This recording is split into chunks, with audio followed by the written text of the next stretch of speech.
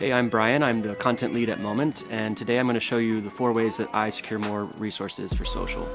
We got our start making lenses that you attach to your mobile phone for better photography. Since then, we've really expanded into a lifestyle brand. Social for us is the heartbeat of who we are and what we do. Since Moment's a fully remote team, I like to typically start my day with a cup of coffee here at home before hopping on a call. It was really important for us to look at our long-term goals as we began to think about how to secure more resources. And the biggest things we focused on were a percentage of revenue for the actual whole company.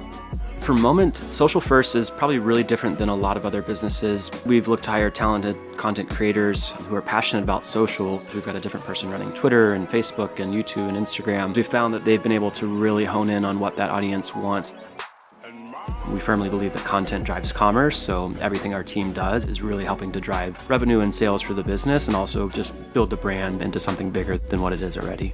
As we see the trend lines of the click-throughs and the revenue of those channels continue to go up, that proves to our board that we're spending dollars in the right place. At the end of the day, we're an e-commerce company. We're trying to sell products, of course, but we only do that if there's a really thriving community who's along that journey with us.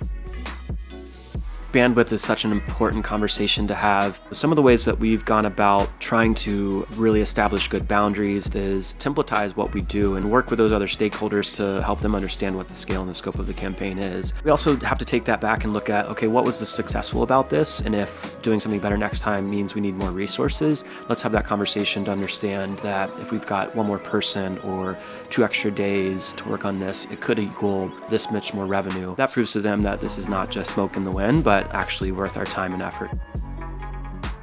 To prove ROI for more resources for social in general was a matter of making sure that we've got data charts built up in our data modeling system that show last click sessions and last click revenues so that we can see those trend lines grow over time.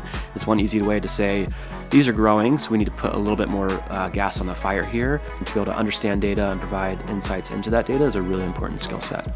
Always on for me just means always being tuned in to what's happening. I firmly believe that you don't always need to be turned on for work, but to always understand what's happening and what's trending in social is really important to how I strategize what the team is going to work on.